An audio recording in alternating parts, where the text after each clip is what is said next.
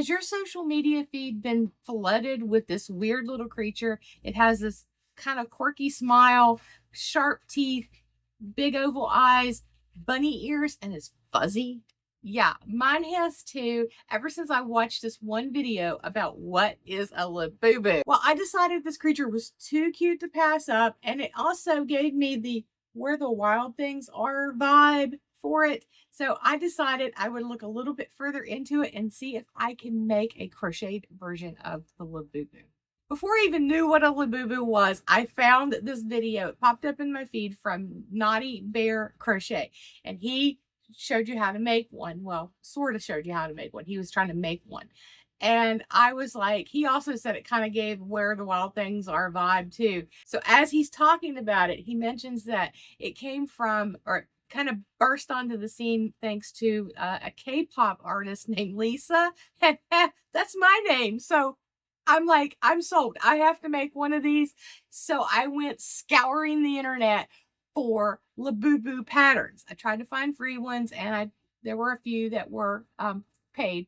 And I do have a link to those below if you would like to buy one or try out one of those or watch Naughty Bear's video. I get no commission for that. So just let you know. So, I'm a Gen Xer, so I had no idea this thing was so popular with, I guess, the Gen Zs and Gen Alpha. It's like their thing right now, so it kind of reminds me of our crazes back in the 80s and, what the things that we went crazy for. So it's no different. But Labubu is a monster elf character created by Hong Kong Belgian artist Kasing Lung in 2015. So the thing is almost 10 years old and is just now catching on. It was part of a Pop Mart box, and then the K-pop folks picked it up. So it's kind of been like a perfect storm of it gaining popularity. So since I've been seeing it a lot in my crochet feeds and my feeds, I thought, why not see if I can make one? Patterns, I found a lot of ones you had to pay for, and then I found a few that were free, and the free one that I ended up picking was from Shushu, I think would be how you say that. It's Chinese. And she did a video. I'm assuming I think it's a female. Did a video on it. So this is the video I found. And she also had a Facebook link in here somewhere that took you to a handwritten pattern. So the handwritten pattern was what I used, and I'll put that down below in the links of how I decided to make my version.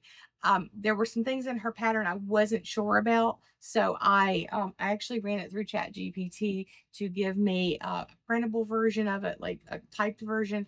And then as I was looking at it, I ran into a few things that confused me, so I changed a little bit about it. But what I ended up using was this fuzzy yarn here. This is from Hobby brand. It's Peacock, and I bought it to do the Yetis earlier in the year that I decided to didn't change up and didn't use it. So stash busting, I used that. And then for the face, I ended up using some of my big twist panic yarn that I bought in light peach. The other thing that you would need for this would be some felt and some embroidery floss or yarn. I use black yarn. So this is my Labubu. There he is. I guess I don't know what they are, but this is my version of the Labubu. So I just used the Shushu pattern as a base for my version of this. I also was kind of following Naughty Bear's the way he showed how he did it, and then a couple of the free patterns that I have below.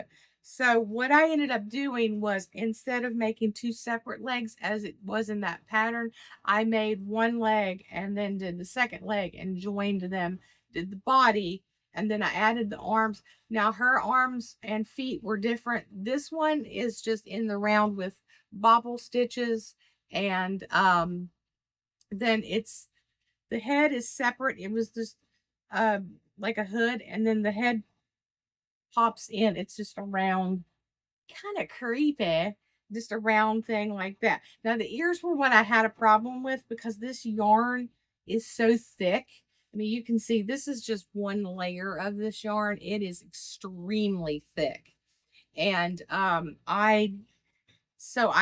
I made this, I didn't want to do the ears double because this is what double looks like.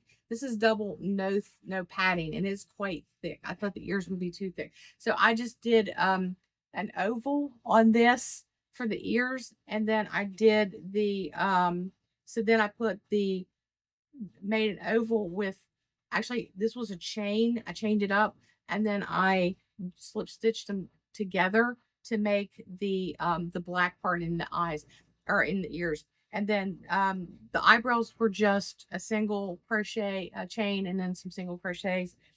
I glued on a brown, I didn't have any brown felt, so I glued on the black nose, and the eyes were just, these are just felt. And this was yarn that I sewed the mouth on. In an original Labubu, he has 9 teeth, or it has 9 teeth. I did not know that when I first made it, so I made it with 7 teeth. Now, this is the question for everyone who's watching this video. Since I don't have a tutorial on how I did this and I don't have a written pattern, if you would be interested in my version of the Labubu and how I made this, I would be more than happy to create a video, a tutorial, and a written pattern.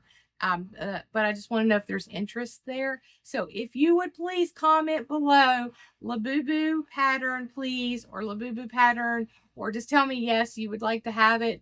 Then I will do a Labubu pattern and tutorial, because next month for my theme I'm going to do strange creatures, and I thought, isn't he just the strangest? So I want to make different kind of oddball creatures, so Labubu definitely would fit into that that category. So if you would like to have one of, or if you would like for me to do a pattern or a tutorial or both, let me know and I will be happy to make that. But isn't he just the cutest thing?